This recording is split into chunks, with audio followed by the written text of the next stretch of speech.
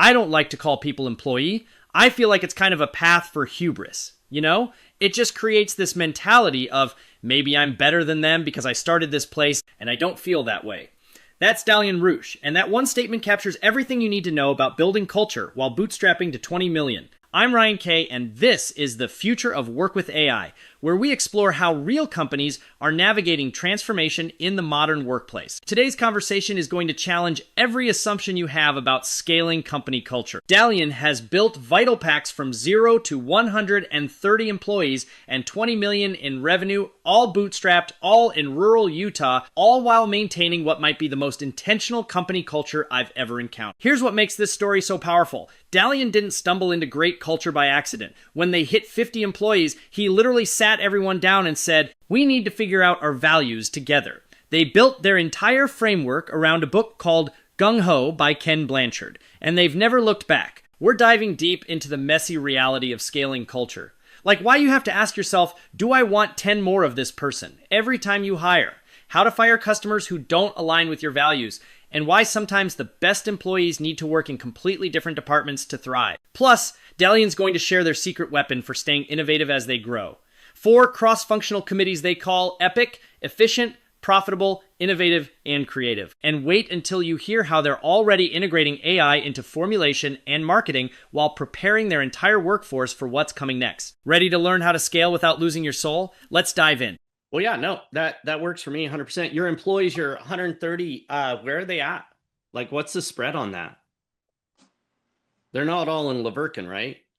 We wish, but no, they're here in Washington County. Some in Iron County too, actually. Yeah, some drive from Cedar City. So we've been able to, work with SUU up there, great university, and recruit some great colleagues. So some have come from the sciences, laboratory, R&D. Yeah, so really mostly these 2 counties, Washington and Iron County. Oh, wow. Okay. Well, yeah, some sideline stories too on the AI. We already integrate AI in some of our outreach programs with email. We also are currently coding certain areas in the company using AI for formulation. And then with some of our marketing initiatives, we have some pretty sophisticated AI that we're pushing outside onto different platforms like Amazon, where we're integrating processes where we can bring in compiled data, run it through AI analysis, predict 3-year forecasts, and then put it in through a unified data lake into BigQuery, and then use, enterprise level Vertex machine learning to analyze the results and learn from it with some of our bidding strategies.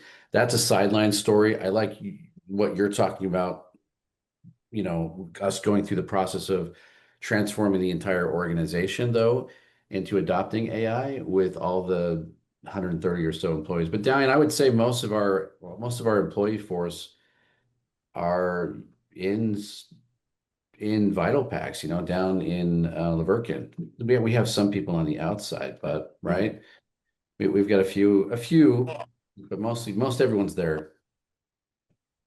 And is this are you guys direct sales? Are you wholesale sales? Like what's kind of the thrust of your rev model? So we're B2B, business to business. So, we attract private label brands, companies who might be selling on Amazon or brick and mortar into Whole Foods or Sprouts, places like that. So okay, so even the Amazon sales are a B2B sale under somebody else's label. Well, we're working on initiatives, and we'll have to be careful with that, but we're working on the initiatives also to somewhat help some of our clients along the way, per se. So, but yeah, those are just some of the things happening in the background or on the side. That makes sense. What's that look like marketing wise? Again, marketing and sales wise, that is a partner, kind of a partnership acquisition model then, yeah? Kind of, yeah. I mean, what happens is one of our unique selling propositions is we're full turnkey. So if we can help clients who come into us as a company succeed, and we do that with, like I said, some of these initiatives I'm talking about, or we do a significant amount of market research. So when they come in and they say, "Hey, we want to sell this," we're going to say, "Hey, well, based on market data, totally data driven, here's the numbers. Here are the ingredients that are doing well. Here are the type of ingredients, the trademark ingredients. Here's the formulations that we've seen trend over the past XYZ. So we can help them determine how to best position their formulation in the marketplace, if that makes sense. Yeah. And then some of the other things is we want to sell on Amazon. Some of them are big behemoths. Some of them are smaller guys just getting going. We jump in. We also help them and say, all right, we know the algorithm inside out, so we can kind of guide them along the way and build a few tools here or there that we selectively may use to help certain types of clients in their journey, so to speak. And the truth is, if they do well, we do well. They come back, we build a company. I don't think there's anyone else in the marketplace that does this, how we're doing it. Most of them just will do your contract manufacturing and thank you. So anyway, hopefully that gives you some insight. What's your distribution of employees? Like 130 employees, like how many of those are like, is this a warehousing, a manufacturing, a packing type thing? Is this like, marketing and sales and account management? Like, what's that look like? Yeah, let me take this. So, I mean, you've got about 30 to 40 in the office, and, that includes sales, HR, cost accounting, controllers, sales assistants. I mean, the rest you've got, we have an in-house lab that's both for analytical testing. Okay. So that lab is separate from the R&D lab, which, helps to develop custom products or reverse engineer existing items. And then, the balance is probably a spread between, 90% of the rest would be in production, and about 5% in quality and 5% in warehouse. So, and again, that's all like Iron County, Washington County. It is. Very cool. All right. Well, yeah, let's jump in for sure, because I'm super interested here. I mean, clearly you've got like an interesting business model, but like from a team standpoint and in these counties, right? Like this is definitely an interesting place to recruit. Yeah. I mean, very much so. I mean, look, we've recruited some great colleagues, and you use tools like Indeed or whatever, post jobs. We've brought someone in from Boeing. We've brought our quality director in from a facility out of the state of Washington where, he worked there under FDA, registered CFRs. So, that's really where we're trying to go, is find the best, the brightest, the most talented, and grow the company towards, OTC and then ultimately pharmaceutical registration status with the FDA, because quality is really the baseline foundation for what drives us forward. That plus, the quality or the culture. And I want to say something really fast about the culture, because, I worked at a manufacturing plant prior to this and learned a lot of things, when it comes to culture. Fortunately, found a book called Gung Ho by Ken Blanchard, and it's a phenomenal book. It's an easy read. Talks about the spirit of the squirrel, the way of the beaver, and the gift of the goose. But more importantly, it talks about setting values. It talks about values are the real boss.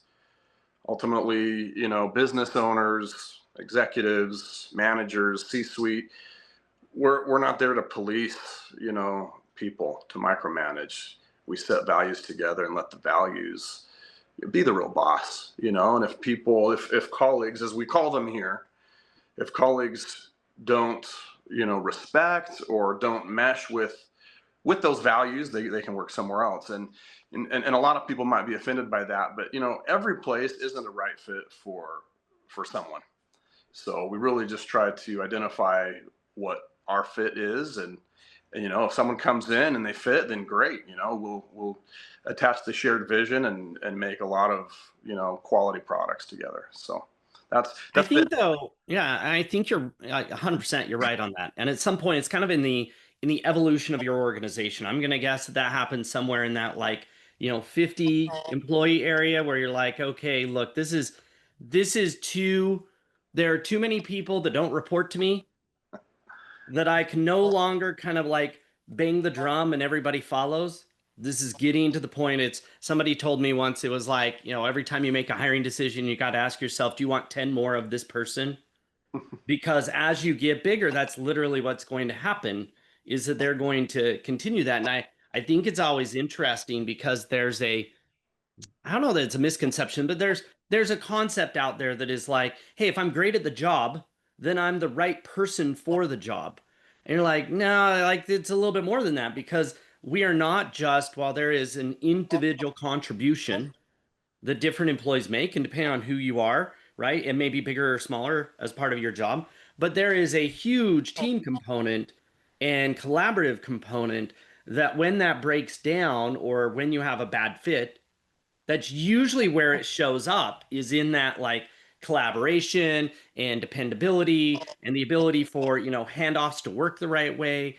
And it is really hard because it's hard to say fire or let go or allow to step away a like top level talent from a I can do my job, because you're like, yeah, you can do your job, but the way you do your job is making it harder for the organization to accomplish what it needs to accomplish, or heaven forbid, harder for everybody else to do their jobs, right?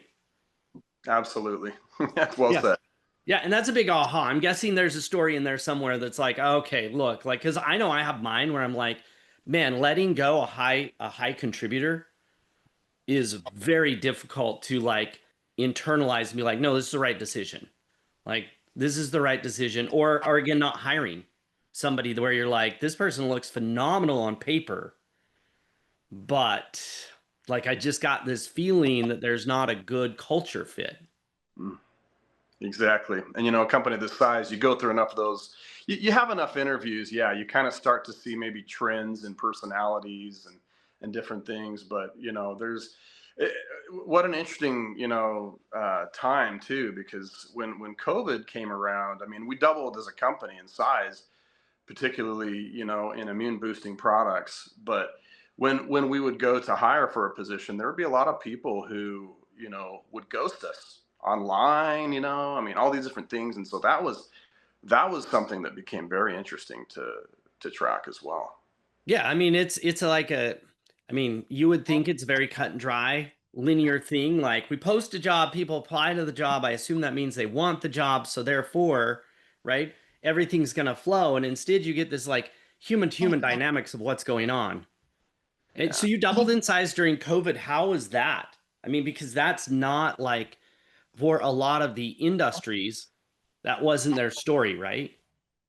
I think that came down to quality for us, and the great team, Mhm. just and it's not only that. I mean, it's networking, it's connecting with people, with companies, with brands who have shared values, shared vision to advance well-being, kind of like us, and helping people out, helping society, the community. We really believe in the products that we make. It's alternative health, alternative medicine, and there's a lot of value there. So how do you express that? I mean, the values on the employee side, I think everybody, like, there's a lot of talk about that, and clearly you've got the like, what are those core things? I know you gave your like gung ho book and Hmm. those. Can you boil those down? Like, what are those like 3 to 5 values, or what is that you guys run with?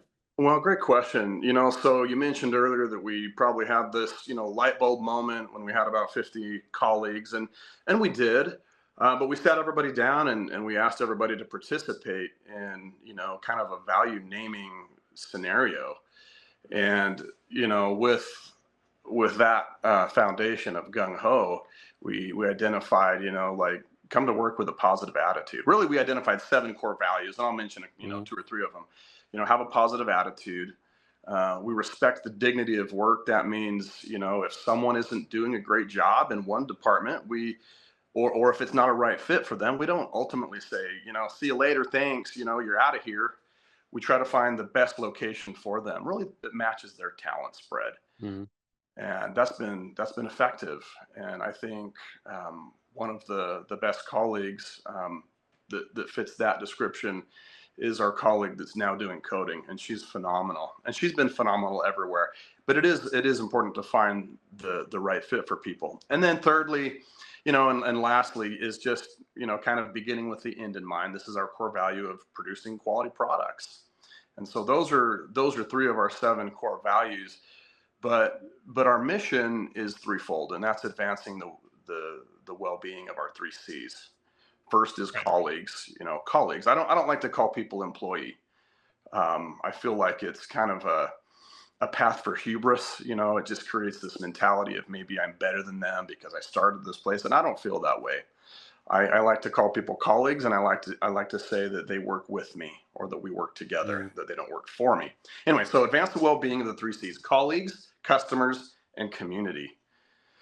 Customers are our private label brands or strategic, allies, partners, and the community. Look, the community is global. I mean, we have customers as far over in the Middle East, Dubai and United Arab Emirates, right, and other places too. So it's an exciting opportunity for us.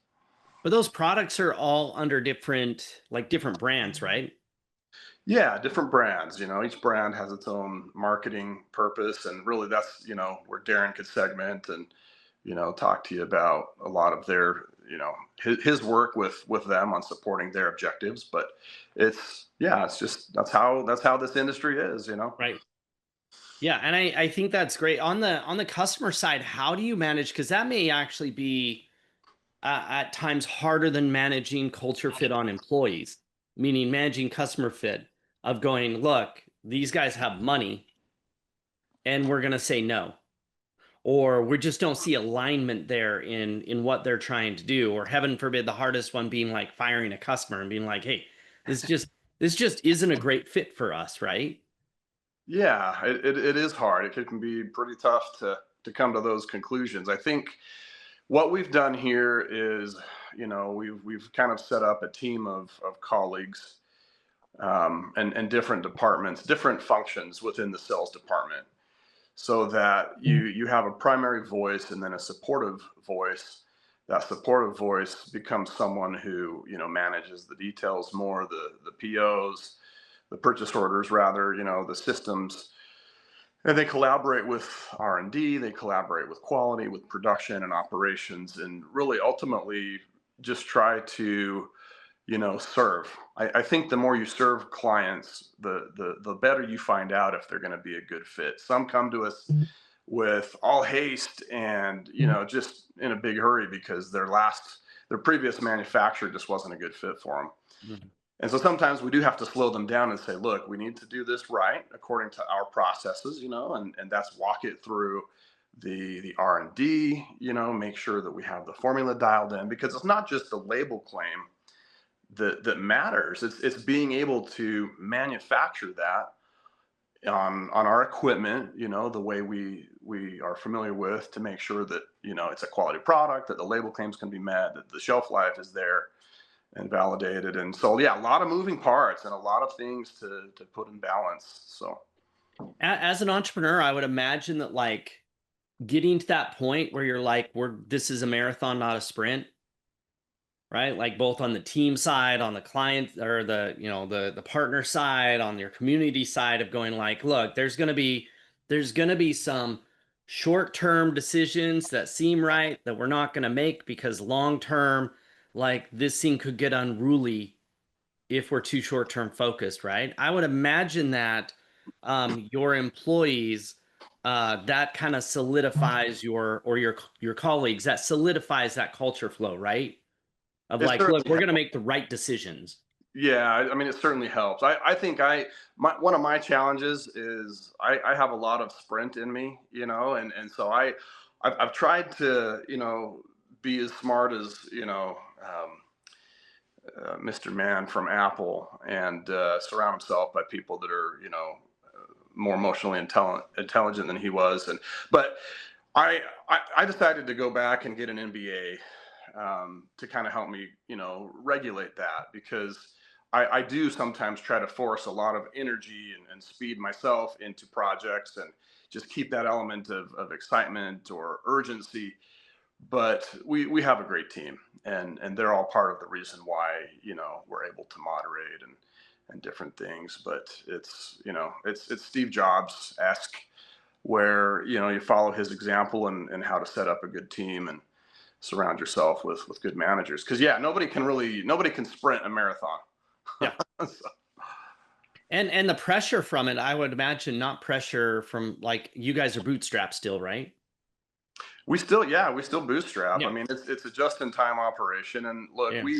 we've tried to put ourselves in a position where we have some other investments that strengthen our Right. position. So But that means that the pressure, I mean, there's probably pros and cons of it, right? The pressure is internal, not external. Somebody's not saying, why aren't you growing faster? Why aren't you doing X, Y, or Z?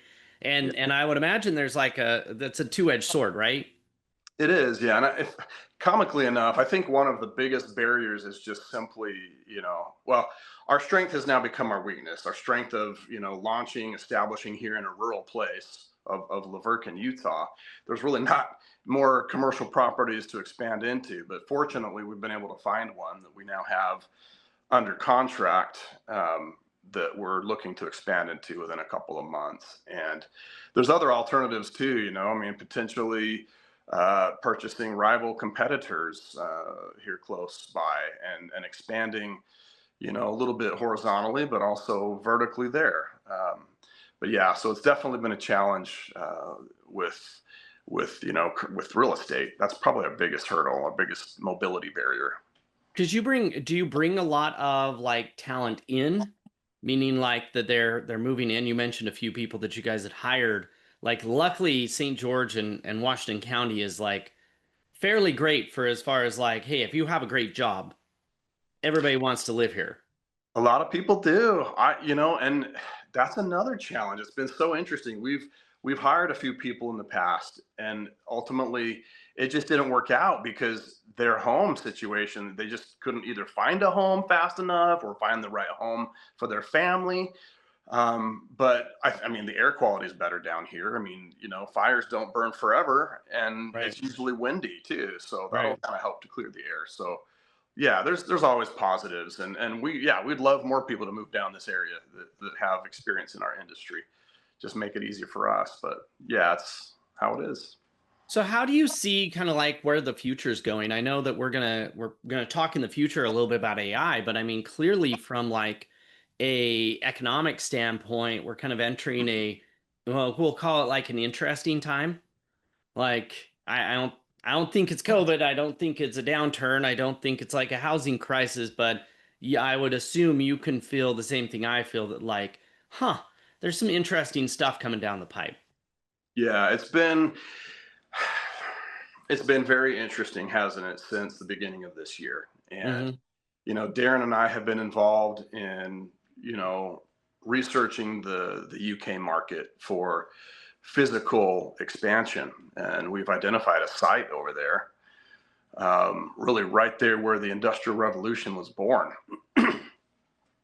And because of all of these shifting, I guess trade barriers, tariffs, whatever you want to call them, however they're defined, it's made it difficult to really have that confidence to pull the trigger and know that that you're going to be okay. So we're really, yeah, just kind of waiting for the dust to settle a little bit. And we've pivoted from the direct brick and mortar expansion to maybe more of a kind of an e-based or broker type arrangement. And so once we kind of establish our footing that way, the plan is to still move forward there. But we've identified some key brands here in the States who, I mean, they want to expand. They want to expand to the UK. They don't know how to do it. They want to expand to the EU. And we have the connections. I mean, we've exhibited in trade shows all over Germany and Switzerland and London and all these different places. Whether you exhibit or you attend, word on the mouth is that they are looking for additional companies. So there is a lot of risk, Ryan. And how you mitigate that risk is, I mean, it's a lot of research. It's a lot of connecting ourselves to with organizations like World Trade Center. I've been fortunate to be part of the District Export Council here in Utah. That's a 4-year appointment that, I mean, I was vetted by the Secretary of Commerce under President Biden's term in office, and I'm about halfway through that now. But having these connections, really gives us, boots on the ground, ears on the wall, where we can hope to just be smart in these types of Right. decisions. Do you feel this from your team as well? Kind of this like waiting for the dust to settle, what's going on? Because I think AI and the trade stuff and AI are both in similar positions of like there's a lot of balls in the air. There's a huge lack of certainty. And the AI side comes at the employee side, not just the owner side of like, I don't know what the world's going to look like in 3 years, right? Yeah, it's AI. I can't wait to talk about AI, in the next segment because I I remember, we had our first little meeting about it, like maybe late last year, and I showed our quality director how to use it, so that he could Mhm. write an SOP, and I think his bottom lip dropped to the floor from where he was sitting because he just regained, hours and hours, maybe months of time back, being able to use that tool. So, yeah, we definitely have conversations amongst ourselves as colleagues, and um, executive meetings, in different capacities. But also, we've formed 4 committees, and we use the word epic to form each of these committees. E stands for efficient, P stands for profitable, I stands for innovation or innovative, and then C stands for creative. So each of these committees has a committee chair. Colleagues join. We invite them if they're interested to join, and ultimately it's just kind of a way for all of us to talk amongst ourselves, for information to get fed around the company so that we can kind of stay on the same page. So yeah, we try to create channels for these types of things to be discussed in any way possible. Yeah, because I'd imagine, I mean, AI is just a new flavor of innovation, right? It's not like it's the first innovation. I mean, you guys do a lot, like Darren brought up Amazon, and like Amazon has been a beast forever and has a ton of moving parts and marketing, whether it's search, which is deeply changing, and email, which has been deeply changing, and like the all those, the iPhone and how it runs and manages ads, huge disruption that I Yeah. would imagine. I love that you guys have got that like cross team, cross department collaboration, because I think, as a bootstrap company, that's kind of the secret sauce is like, hey, how do we get to a drumbeat of collaborative conversations around innovation, around new things, around different things, especially across it, because your bigger competitors end up very siloed, right? And They if we're not can. careful, we do the same. Exactly. I love the quote. I forget who made it, but they said, if you're comfortable, you're not growing. To grow, you've got to be uncomfortable. So we want to be comfortable with the uncomfortable. And look, I think one of the most exciting things I think is going to materialize with AI is our enhancements with translation. I think one of the biggest challenges in business globally is just, kind of fundamental misunderstandings, miscommunications that come from different demographics, different cultures. And so I'm excited to see how that can really help to speed things up. And I think it will. But, we're trying to mitigate a lot of the uncertainties here in our country by expanding interests and marketing to international companies. Gotcha. Yeah, and I would imagine internally that mitigation is your cross collaboration. It Like, helps hey, a if lot. we get everybody on the same page, or we improve the flow of information. Yeah, the gung ho book talks about singing from the same choir book, and that's really what you try to do. So how have you managed that as you've gotten bigger? I mean, the committees and epics, I guarantee are part of that thing. But like, what other things do you guys do as you get bigger to kind of like ensure that the culture and ensure that those like kind of like rituals and flows for how you maintain that Mm, doesn't just like wash out? absolutely, great question. I mean, today, for example, odds are that you asked that question today, but we have a company party. We're taking everybody. We're finishing early, right, about noon today, and then I'll going to a local water park and just where everybody can bring their families, bring their kids and just, have some fun. Just kind of, it's important. It is important to play together, to hang out together and build different, levels of rapport outside of work. So, we try to have activities 2 to 3 times a year where we do this. End of the year dinners, prizes, giveaways, things like that. Just things to keep it fun. Other activities. One of our colleagues here does weekly trivia questions, and so it's always like this, way to chime in different ways, and so yeah, just keeping things fun. How else do you guys manage like communication of that type of stuff? Not those activities. I mean like communication of Yeah. like what's going on in the world and what's going on in the business, and like because you're getting bigger, Yeah. I would imagine like it gets harder and harder to like, hey, everybody's on the same page. Let me tell you about this new thing going on. So we use Microsoft Teams for the internal communication. I mean, we considered other options, like Slack and different stuff, but I think Teams has become a really valuable resource for us, and we like it. And there's different channels. Each department can have internal chats and cross communicate that way. So Very cool. So where do you see yourself, you guys, in the next 3 years, like size wise, and like again, like it's interesting to hear the like real estate's the choke, right? yeah, so really, and fortunately for us, we have another 2.5 acres we're planning to build on. But having a facility empty up for us, I mean, it's a lot faster to find something that's already built, right? So we're going that direction, and then long term, once we get in there, the plan is to just keep designing these next structures so that we can further expand into those, because I know we're going to need it. The minute that we transition a lot of our materials from the 3 buildings that we're in now, centralize it or consolidate it into this new leased space, it's going to open up room for us to increase our production capacities, and introducing new technologies for different finished varieties and types of products. So we're just going to need even more facility after that. So it's really just kind of a leapfrog, growth method. And I love what Barbara Corcoran said, and you really got to grow before you're ready for it. So we just try to keep that proactive mentality.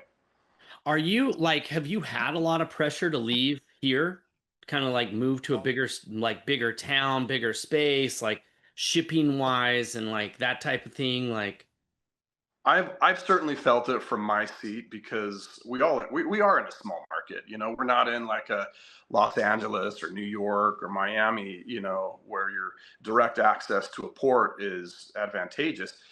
But I think we're just going to keep sticking true to our model. And part of my vision is introducing smaller, pilot facilities where we can, remain more nimble. I think nimbleness and quality are 2 of the best values that we provide. yeah, and I mean, I wasn't saying that you should 100%. It's just always interesting that the pressure's always there. Like, It is. Applicant Pro was in Eagle Mountain. And so like we were up in Silicon Slopes, but like, 20 minutes outside of it in like an old dental office, and there's like us and a gas station and like, the HOA. And there's like nothing out there, right? Some insurance agents and a chiropractor, and then this weird tech company. And there was always this constant like, are we if I talk to people, then there was always the question like, why are you there? Why aren't you here? And the same thing that you guys have seen, like, hey, look, we're a big fish in a small pond. And while the pond may be small for talent, or it may be small for real estate, or it may be small for whatever the case may be, we also are the big fish. Like, I mean, in Washington County, in Iron County, above 100 employees, there's not thousands of companies that size, right? That's true. And we do get some special attention being here in a rural area. I mean, we want to do more good in a small area than I think we'd be able to do in a large one. But a lot of people think, when they come to visit us, or when they come to visit Utah, rather, they think that we're in Salt Lake City area. So they're like, hey, we want to come visit you. So there's been some disconnects, on that a little bit, but we've worked them out, and but look, I love a challenge, and I love change, when it's, so I mean, I'd always be up for the adventure of, hey, let's move to, North Carolina.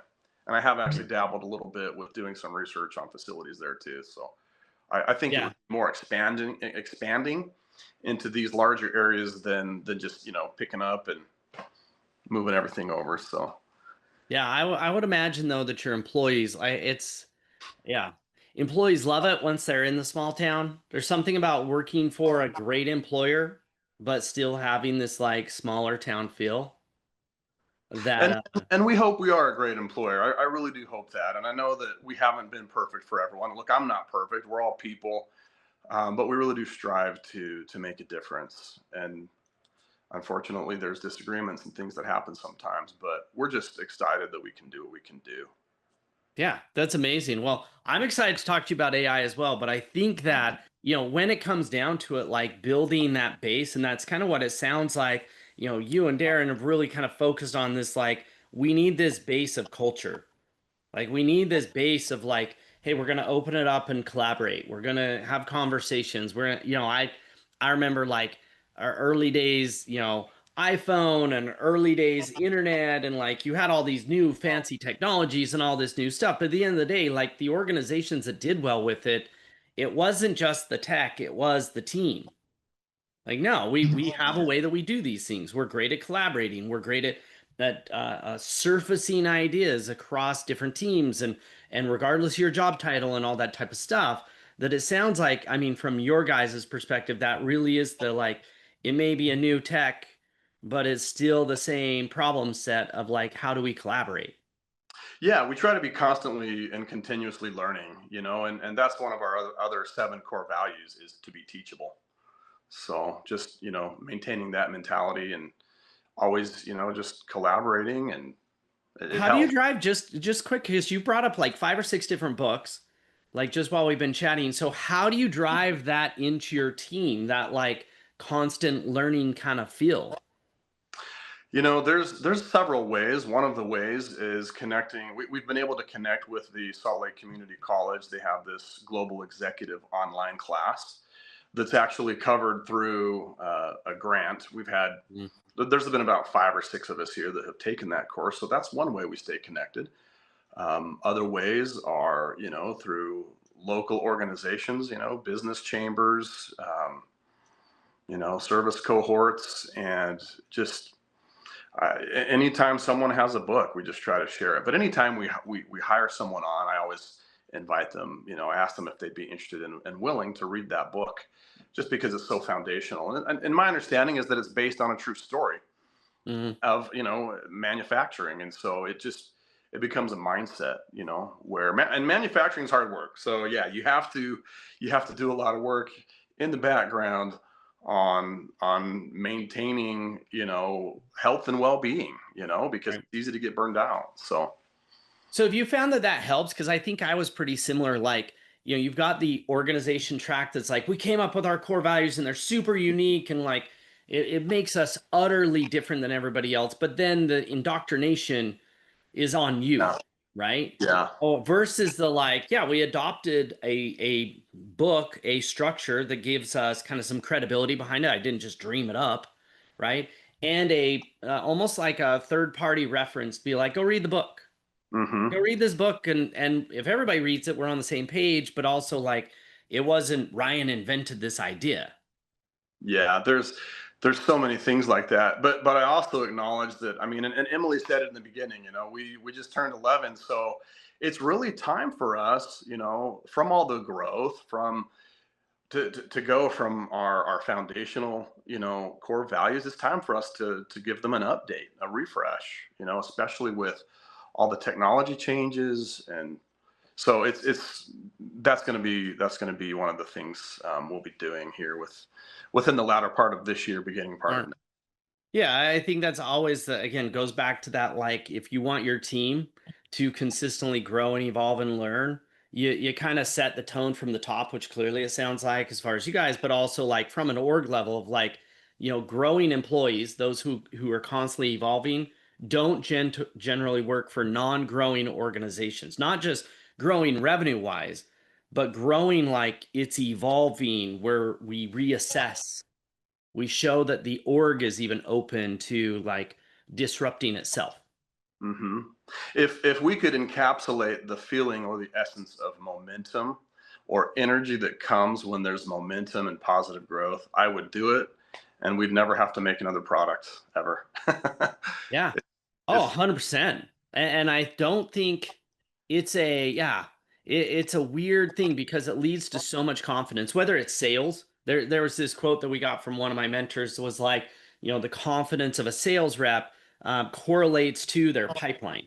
The more leads I have, the more confident I am to say no to a bad deal, to like make a hard decision. And if you take from an employee standpoint, you're like, if you want to see a manager be confident in managing, they need to know that there's a pipeline of future talent, right? That they and as a team, you see that. You're like, nobody loves working for a company that's not growing. They may act like it, they may not be able to put their finger on why they're struggling, but scarcity comes in subconsciously really fast when an organization's flat.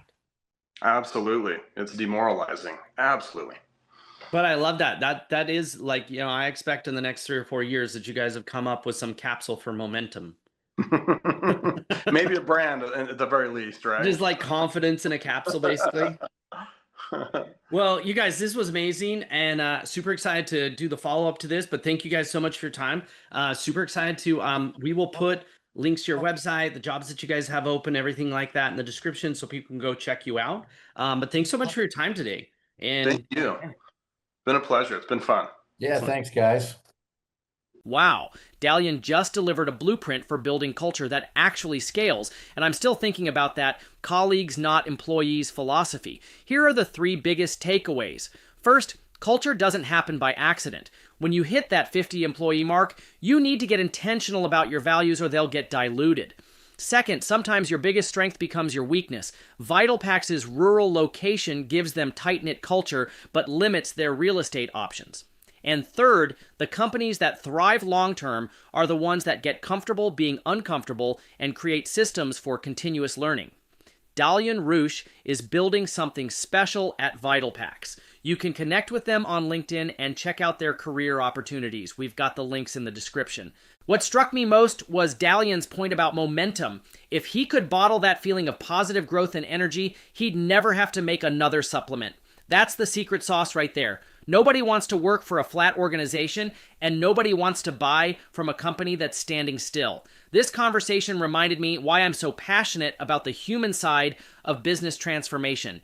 Yes, AI is changing everything, but the fundamentals of culture, values, and treating people right, those are timeless. And they're more important now than ever as we navigate this technological shift. Thanks for listening. And remember, the future of work isn't just about the tools we use. It's about the culture we build around using them. I'll see you next time on The Future of Work with AI.